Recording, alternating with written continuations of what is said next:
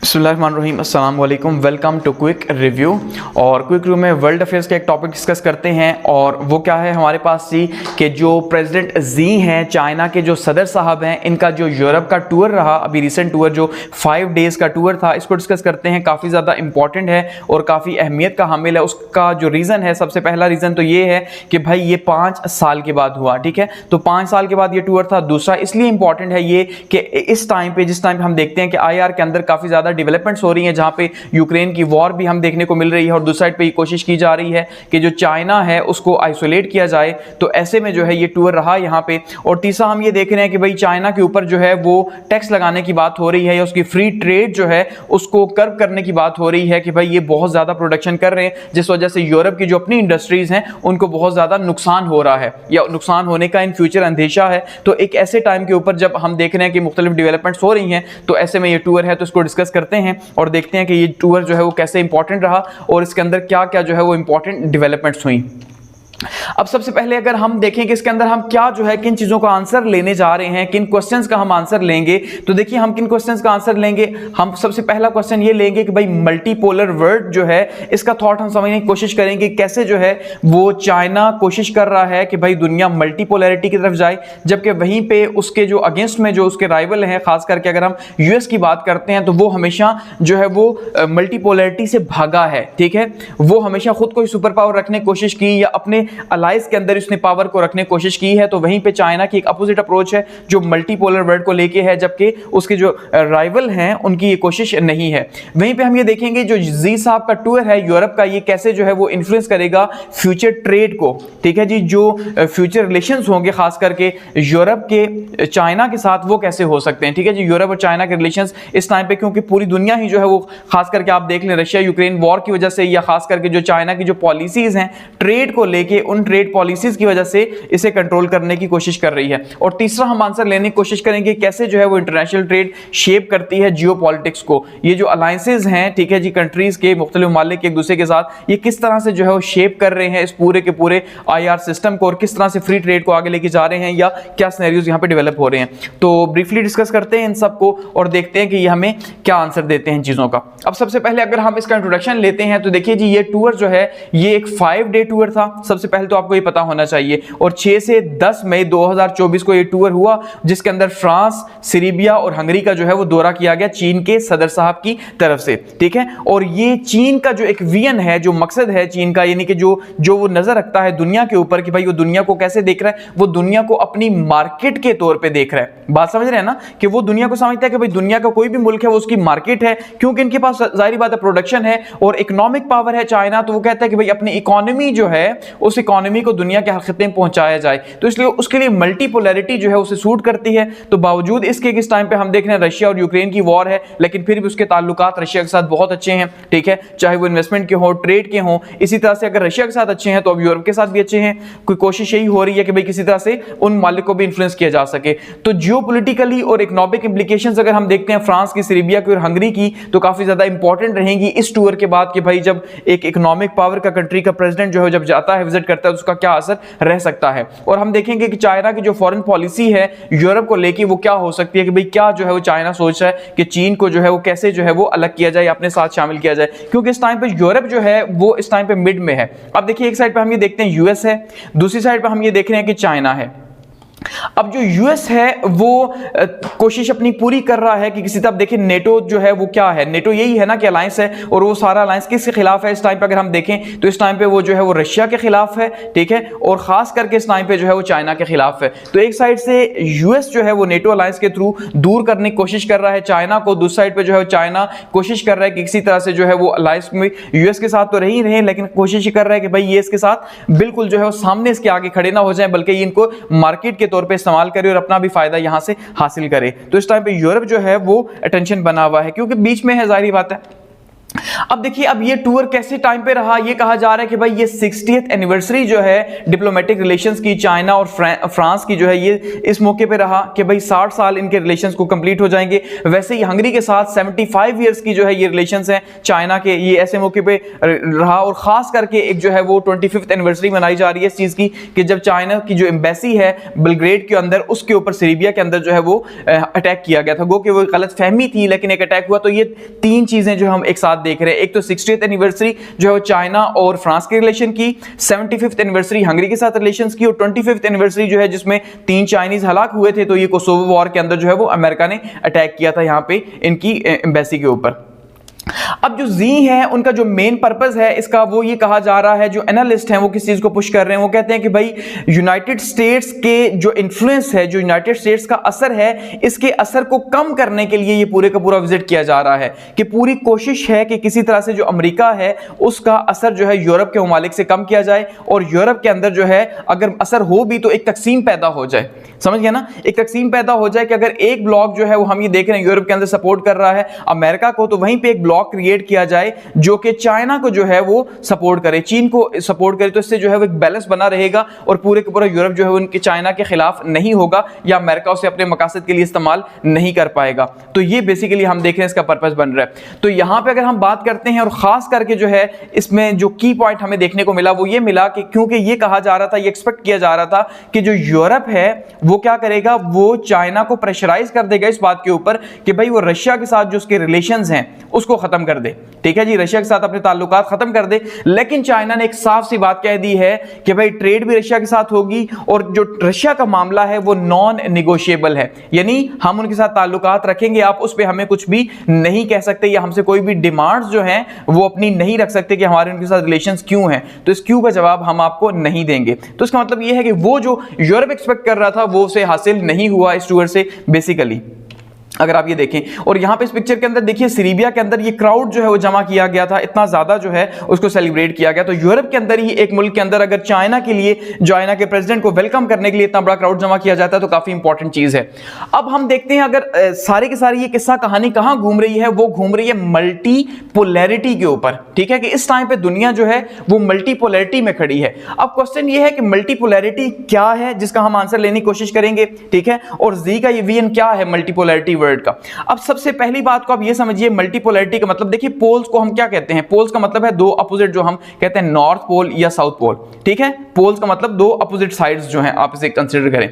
और मल्टीपोलैरिटी का मतलब ये है कि पहले आप देखें दुनिया 19th सेंचुरी के अंदर क्या थी, 19th सेंचुरी के अंदर बाइपोलर वर्ल्ड था। ठीक है जी, तो 19th सेंचुरी के अंदर खास करके 1950s के अंदर अगर हम देखते हैं तो बाइपोलर वर्ल्ड के अंदर कौन सा, एक साइड पे यूएस था, दूसरी साइड पे सोवियत यूनियन था।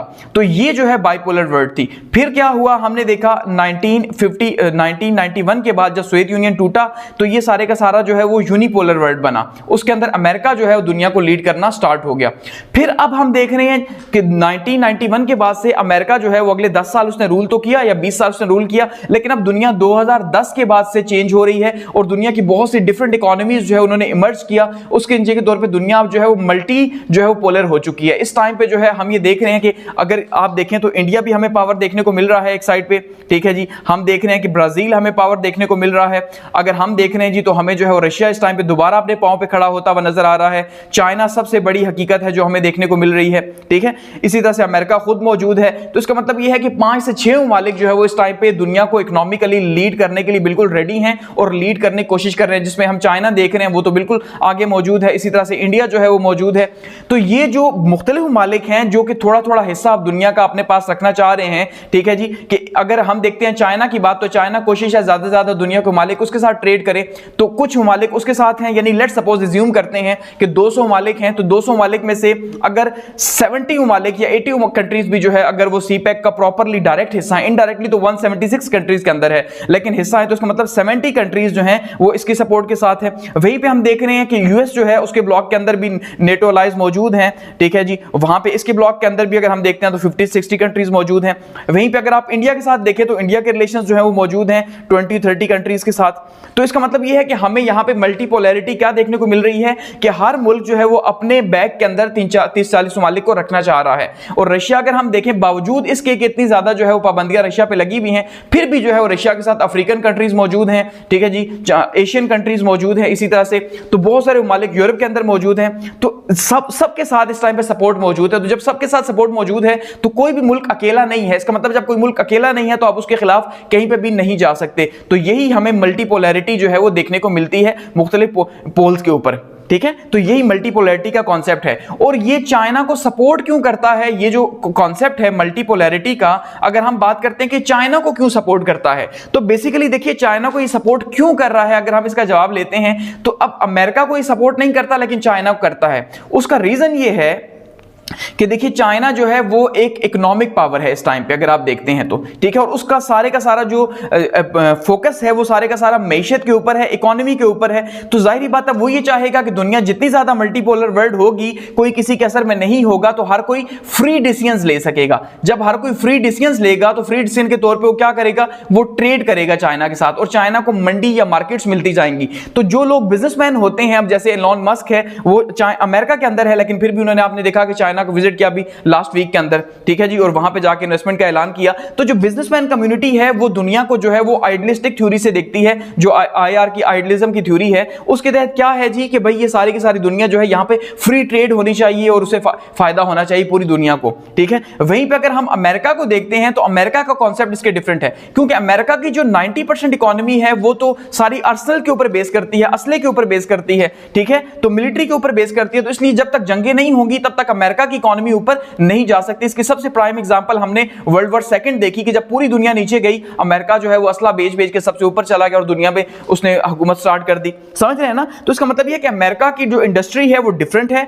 और उसके जो प्रोटोकॉल्स हैं वो डिफरेंट है। इसी वजह से वो कोशिश करता है कि भाई मल्टीपोलैरिटी ना रहे बल्कि दुनिया सारी उसके नीचे सर रखे, समझ रहे हैं। तो इसलिए चाइना को जो है वो सूट कर रहा है, क्या सूट कर रहा है, मल्टीपोलैरिटी जो है, और डिफरेंट सेंटर्स ऑफ पावर जो है वो चाइना को सूट करते हैं कि भाई डिफरेंट। अब देखिए यहां पे मल्टीपोलैरिटी में क्या कॉन्सेप्ट है कि यहां पे डिफरेंट सेंटर ऑफ पावर्स हैं। अब अमेरिका भी पावर है, ठीक है, रशिया के पास भी सेंटर ऑफ पावर मौजूद है, इसी तरह से ब्राजील के पास मौजूद है, चाइना के पास मौजूद है, ठीक है, फ्रांस के पास मौजूद है, इंडिया के पास है। तो ये डिफरेंट वेज के अंदर ये इफेक्ट हो रही है मल्टीपोलैरिटी। तो इसलिए ये टूर जो है काफी ज्यादा इंपॉर्टेंट रहा। पहले क्वेश्चन का आपको आंसर मिला। अब सबसे पहले फ्रांस का जो टूर था, जो फर्स्ट इन्होंने जहां से स्टार्ट किया, उसको थोड़ा सा सम अप करते हैं। और देखिए जैसे कहा था कि ये 60th एनिवर्सरी थी इनकी, ठीक है जी, 60वीं इनकी जो डिप्लोमेटिक रिलेशंस हैं, डिप्लोमेटिक रिलेशंस की 60वीं सालगिरह थी जिसके मौके पर ये गए हैं। और यहां पे डिस्कस क्या हुआ, जो सबसे मेजर डिस्कशन का पॉइंट था वो ये था trade imbalances and war with Ukraine. अब इसको जरा समझिएगा कि अब जो मैक्रोन साहब हैं उन्होंने ये गिला शिकवा किया, किससे गिला शिकवा किया, चाइनीज प्रेसिडेंट साहब से, कि भाई आपके और हमारी जो ट्रेड का बैलेंस है वो नहीं है। मतलब ये है कि आप जो चीजें हमें भेज रहे हैं, आप जो हमें एक्सपोर्ट कर रहे हैं, आपकी एक्सपोर्ट की वैल्यू ज्यादा है, और आप जो हमसे चीजें ले रहे हैं यानी जो इंपोर्ट कर रहे हैं, इंपोर्ट की वैल्यू कम है।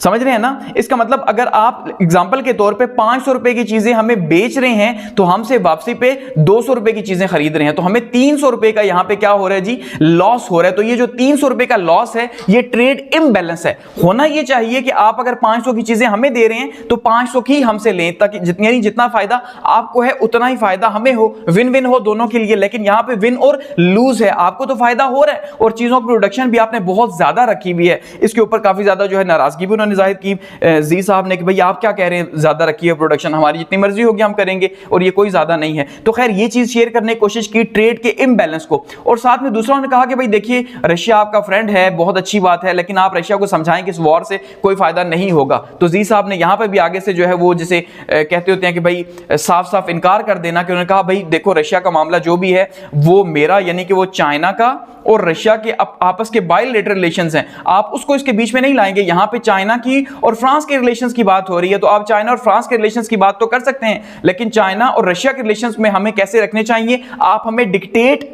नहीं कर सकते। बात समझे हैं? तो यहां पे साफ साफ उन्होंने आगे से जवाब दिया। तो ये डिस्कशन यहां पे हुई। इसके साथ साथ फिर क्योंकि 2 डे का फ्रांस का विजिट था, तो उसमें फिर मैक्रोन साहब जो है उन्होंने क्या किया, जो आपको नजर आ रहे हैं मैक्रोन साहब, इन्होंने जो ईयू की प्रेसिडेंट थी, ठीक है जी, उनको भी बुलाया, ईयू की प्रेसिडेंट को बुलाया, और क्योंकि उनके साथ भी जाहिर बात है यूरोपीय यूनियन अब एक एक मुल्क पे तो जाया नहीं जा सकता, 27 कंट्रीज हैं यूरोपीय यूनियन के, तो इसलिए उन्होंने कहा कि भाई आप ऐसा करें कि आप भी आए, उनके साथ भी जो है ट्रेड नेगोशिएशंस वगैरह जो है वो की गई।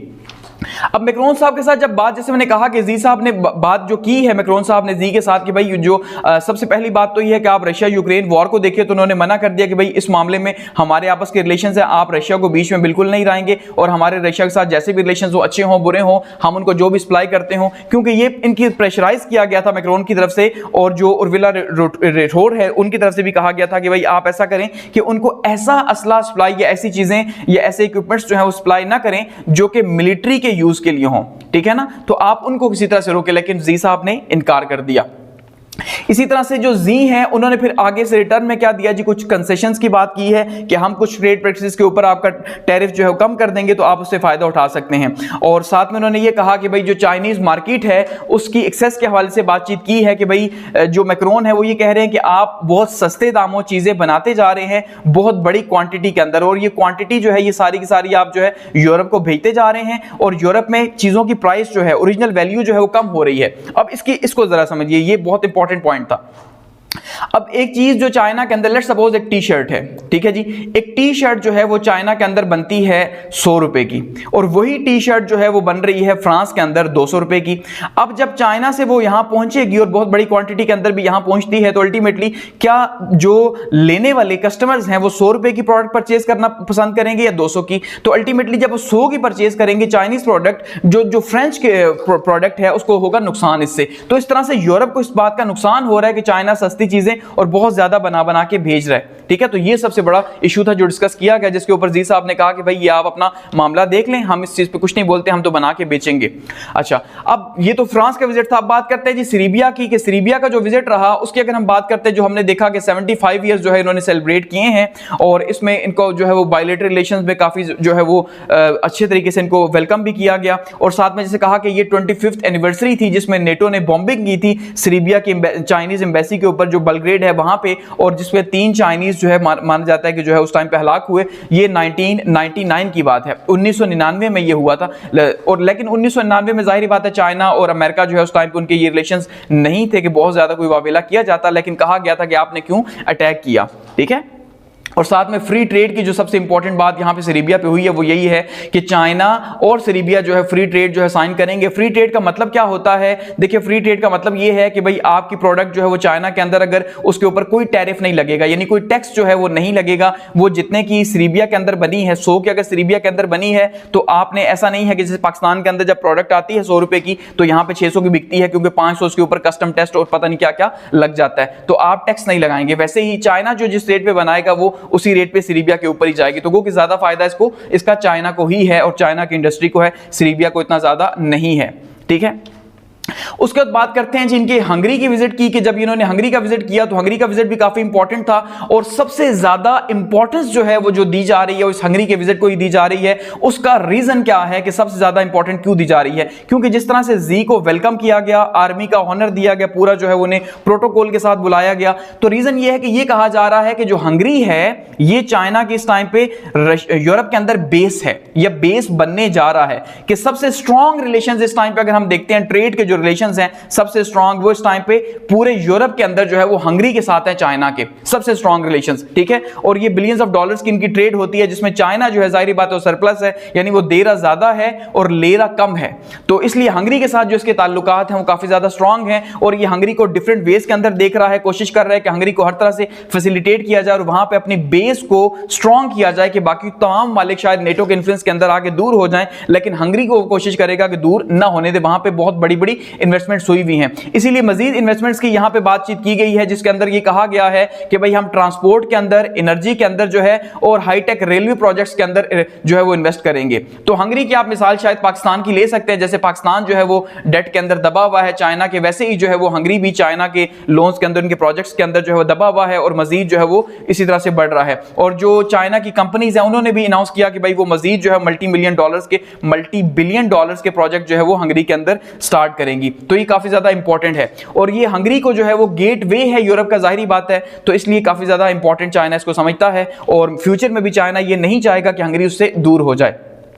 अच्छा, अब बात करते हैं जी impact on EU China relations की, कि एज ए होल अगर इसको सम अप करते हैं, जाहिर बात है 3 वाले का ये विजिट रहा और तीनों के अंदर ये आपने देखा कि डिफरेंट जो है वो वहां पे बातचीत हुई है, लेकिन जो सबसे इंपॉर्टेंट थी वो एक ही थी कि ट्रेड के ऊपर सारी बातचीत हुई है। ठीक है जी। तो अब अगर ओवरऑल बात करते हैं यूरोपीय यूनियन के साथ, तो देखिए ये कहा जा रहा है कि ये जो जी का टूर है ये डैमेज कंट्रोल की एक कोशिश है। डैमेज कंट्रोल का मतलब ये है कि चाइना जो है वो अब उसे पता था कि भाई जो ईयू है, क्योंकि बहुत ज्यादा सरप्लस चीजें बना के भेजता जा रहा है चाइना यूरोप में, तो उससे यूरोप की जो अपनी इकोनॉमी है उस इकोनॉमी को नुकसान हो रहा था। इसलिए अब यूरोप जो है वो टैक्स लगाने की बात कर रहा था या टैरिफ बढ़ाने की बात कर रहा था चाइनीज प्रोडक्ट के ऊपर। ठीक है जी, कि चाइनीज जो प्रोडक्ट्स हैं उसके ऊपर जब वो टैक्स लगाएगा तो जाहिर बात है चाइना को इसका नुकसान होगा। तो चाइना ने क्या किया, एक पहले से ही कंट्रोल डैमेज कर लिया कि भाई टैक्स आप लगाएं, जरूर लगाएं, लेकिन कम लगाएं। ठीक है, जाहिर बात है जब ताल्लुकात खराब होते हैं तो एक डिफरेंट डिसीजन आता है, लेकिन जब आप विजिट कर ले तो अब जो फ्रांस है वो किस मुंह से बहुत बड़ा टैरिफ लगाएगा, जो हंगरी है वो किस मुंह से लगाएगा, हंगरी तो वैसे भी नहीं लगाना था, इसी तरह से जो बल्गारिया है वो किस तरह लगाएगा, तो इनके लिए मुश्किल हो जाएगा कि उस तरह से जो है वो चाइना को टफ टाइम देना। तो इसलिए चाइना ने पहले से इनको काउंटर कर लिया और साथ में चाइना जो है वो कोशिश कर रहा है कि सब्सिडाइज करे मजीद जो इलेक्ट्रिकल व्हीकल्स हैं, क्योंकि जो ग्रीन एनर्जी है उसके अंदर चाइना इस टाइम पे टॉप पे जा रहा है दुनिया के अंदर। ठीक है जी, ग्रीन एनर्जी में, और ग्रीन एनर्जी ही इस टाइम पे यूरोप की नीड है। समझ रहे हैं ना, रशिया यूक्रेन वॉर की वजह से भी उसकी जो है वो नीड है, क्योंकि 90% नीड जो है वो तो पूरी होती है रशिया से यूरोप की। तो जाहिर बात है ग्रीन एनर्जी की तरफ आएगा तो यहां पे फायदा किसको होगा, चाइना को होगा, और यूरोप को भी साथ फायदा है, लेकिन ज्यादा फायदा चाइना को है। तो इनके जो रिलेशंस हैं वो अब आने वाले दिनों में तय होंगे, लेकिन फिलहाल तक अच्छे हैं। अब ये कोशिश की गई है चाइना की तरफ से कि जो सीरिबिया है या जो हंगरी है इसको भी बीआरआई के अंदर, ये ऑलरेडी बीआई का पार्ट है, ये याद रखिएगा। ठीक है, तो बेल्ट एंड रोड इनिशिएटिव जो है उसके अंदर शामिल किया जाए, और उससे क्या होगा कि उससे ये कनेक्ट करेंगे एशिया को और यूरोप को।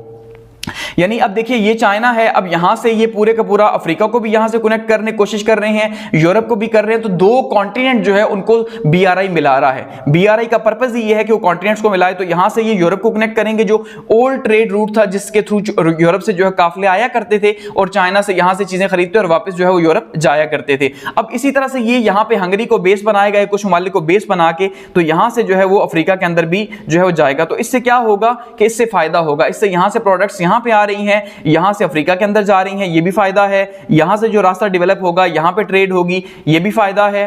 ठीक है, इसी तरह से ये जो रीजन है यहां पे भी जो है वो सेंट्रल एशिया के अंदर भी और यूरोप के अंदर भी फायदा है। तो इस तरह से ये कनेक्ट करने की कोशिश की जा रही है इनको बीआरआई से, तो उनको भी बहुत कुछ दिया जा रहा है, तो उन्हें भी पाबंदियां लगाने से पहले सोचना पड़ेगा। अब इसमें सबसे इंपॉर्टेंट चीज जो सामने आई है वो है जी strategic economy and European unity.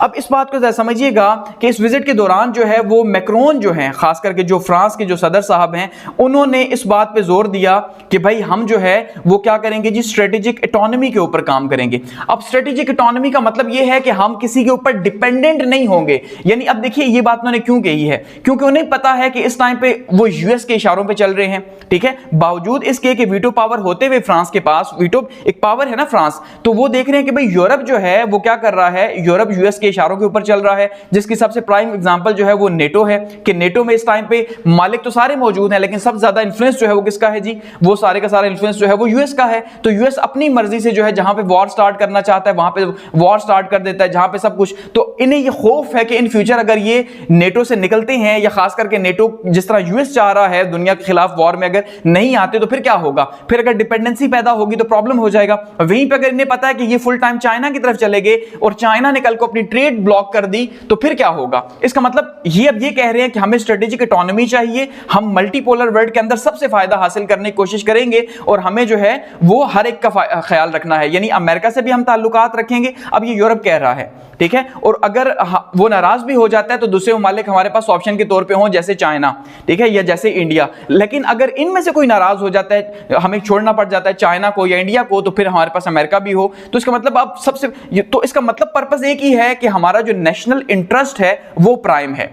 और हकीकत में आईआर के अंदर, इंटरनेशनल रिलेशंस में जो नेशनल इंटरेस्ट है वही सबसे ज्यादा प्राइम होता है। तो इसलिए कहा जा रहा है कि भाई जो नेशनल इंटरेस्ट है उसकी बात की है कि भाई अब हम नेशनल इंटरेस्ट को सबसे पहले रखेंगे और बाकी सारी बातें जो है वो बाद में होंगी। तो हमें जहां से भी फायदा मिलेगा, चाहे अमेरिका से मिले या जहां से मिले। अब चाइना रिलेशन विद रशिया की बात करते हैं, जो यहाँ पे डिस्कस किया गया, और सबसे इंपॉर्टेंट फोकस यही था कि भाई आप जो है किसी तरह से कोशिश करें कि भाई जो चाइना है वो अपने रिलेशन को खत्म करे या कम करे, या कम से कम अपने इन्फ्लुएंस को इस्तेमाल करे, और इन्फ्लुएंस को इस्तेमाल करके रशिया को जो यूक्रेन की वॉर है उससे रोके, जिसके ऊपर आपने देखा कि भाई उन्होंने जो है वो साफ इनकार कर दिया चाइना ने। उसने कहा कि भाई मैं रशिया के अगेंस्ट नहीं जाऊंगा। तो जी ने क्या कहा जी, unwillingness to curtail its economic partnership with Russia, कि भाई ऐसा नहीं हो सकता कि मैं जो अपनी जो पार्टनरशिप है, खास करके जो इकोनॉमिक पार्टनरशिप है, उसको रशिया के साथ खत्म कर दूं, ये नहीं हो सकता, ठीक है, ऐसा नहीं होगा। हमारे ताल्लुकात रहेंगे, चाहे आप ताल्लुकात बनाते हैं या नहीं बनाते, क्योंकि जी को इस टाइम पे पता है कि रशिया की ज्यादा जरूरत है बजाय इसके कि यूरोप की जरूरत हो। तो एट द एंड कंक्लूड करते हैं जी, तो ये जो विजिट रहा ये काफी इंपॉर्टेंट रहा, जिसके अंदर हमें मल्टीपोलर वर्ल्ड की जो है वो एक इमेज देखने को मिली और इकोनॉमिक एम्बिशंस हमें देखने को मिले जी और यूरोपियंस के बीच में। और ये सीरिया के लिए, फ्रांस के लिए और हंगरी के लिए काफी इंपॉर्टेंट जो है वो रहा, और आईआर के अंदर भी इसकी काफी ज्यादा इंप्लीकेशंस है। अब लॉन्ग टर्म में देखते हैं कि इसके असरात जो है वो क्या रहते हैं और किस तरह जो है ये असर छोड़ता है ये विजिट अपना, ठीक है। तो यहां पे इसको क्लोज करते हैं। Thanks for watching.